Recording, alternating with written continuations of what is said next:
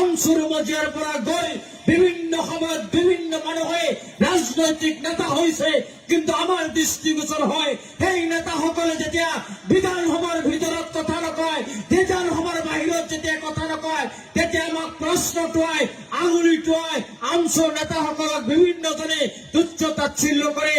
যে আনসুৰ নেতাসকলে আনসুৰ মঞ্চত থকা সময়ত যিমান বলিষ্ঠ কণ্ঠৰে কথা কয়, আনসুৰ মঞ্চ এৰি দিয়াৰ পিছত তেওঁলোকে বলিষ্ঠভাৱে সেই কণ্ঠটো তেওঁলোকে নিদিয়ে, সেই উদাত্তভাৱে সক্ৰিয় ভূমিকা পালন নকৰে। তাৰ কাৰণে মই এই আহ্বানটো ৰেজাউল কৰিম চৰকাৰ ডাঙৰীয়ালৈ আহ্বান জনালো। অনুৰূপ ধৰণে আব্দুল ৰহিম আহমেদ ডাঙৰীয়ালৈ মই এই আহ্বান জনালো।